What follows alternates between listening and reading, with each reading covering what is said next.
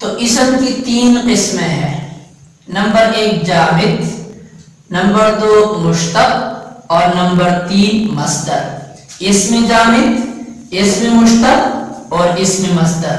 اسم جامد کی تعریف کیا ہے، یہ کس کو کہتے ہیں، اس کی پہچان کیا ہے. اسم مشتق کس کو کہتے ہیں، اس کی پہچان کیا ہے. اور اسم مصدر کس کو کہتے ہیں. اس سبق میں اس کو سمجھنے کی کوشش کریں گے کہ یہ کیا چیز ہے. تو سب سے پہلے آتے ہیں اسم جامد کی طرف. اسم جامد وہ اسم ہے جو نہ خود تو کسی سے بنتا ہو اور نہ اس سے کوئی اسم بنتا ہو، اس کو کہتے ہیں جامد. یعنی یہ جامد ہوتا ہے، نہ بانج ہوتا ہے، نہ خود کسی سے بنا ہوا ہے نہ اس سے کوئی بنتا ہے. جیسے کہ ہم نے کہا زید، تو زید ہی کسی سے بنا نہیں ہے اور نہ زید سے کوئی اسم نکلتا ہے، کوئی اسم بنتا ہے. اسی وجہ سے ہم اس کو کہیں گے کہ زید اسم جامد ہے، زید اسم جامد ہے. دوسری چیز ہے ہمارے پاس اسم مشتق. تو اسم مشتق وہ اسم ہے جو مصدر سے بنتا ہو.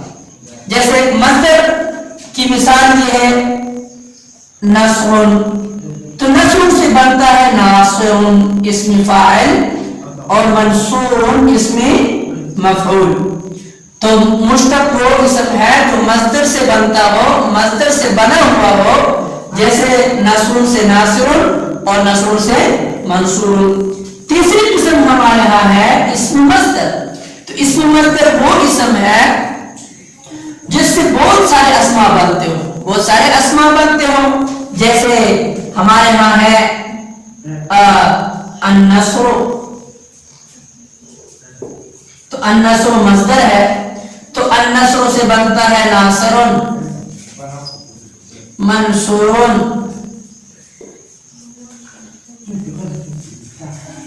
نصرہ وغیرہ وغیرہ. تو دیکھو اس میں مصدر اس کو کہتے ہیں جو مصدر جس سے بہت سارے اسماء بنتے ہو، جیسے النصر سے ناصر، منصور، نصرہ وغیرہ وغیرہ. اور اسم مشتق وہ اسم ہے جو مصدر سے بنا ہوا ہو. مصدر سے کیا بنتا ہے، جیسے ناصر یہ نصر سے بنا ہوا ہے، منصور یہ نصر سے بنا ہوا ہے.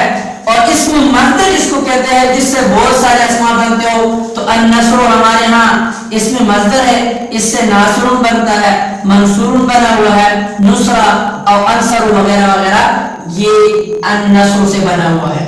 تو دیکھو خلاصہ ہی ہوا، اسم جامد اس کو کہتے ہیں جو نہ خود کسی سے بنا ہوا ہو نہ اس سے کوئی اسم بنتا ہے. اسم مشتق اس کو کہتے ہیں جو مصدر سے بنا ہوا ہو. اور اسم مصدر اس اسم کو کہتے ہیں جس سے بہت سارے اسماء بنتے ہو. امید ہے آپ حضرات کو یہ تین اقسام سمجھ میں آگے ہوں گے. آگے اس سبق کو آگے ہمارے ساتھ رہیے، ہمارے ساتھ چلتے رہیے اور انشاءاللہ آگے ہم چلتے رہیں گے، نحو کا اجرا بھی کریں گے اور اس کو سمجھیں گے. وآخر دعوانا الحمدللہ رب العالمین.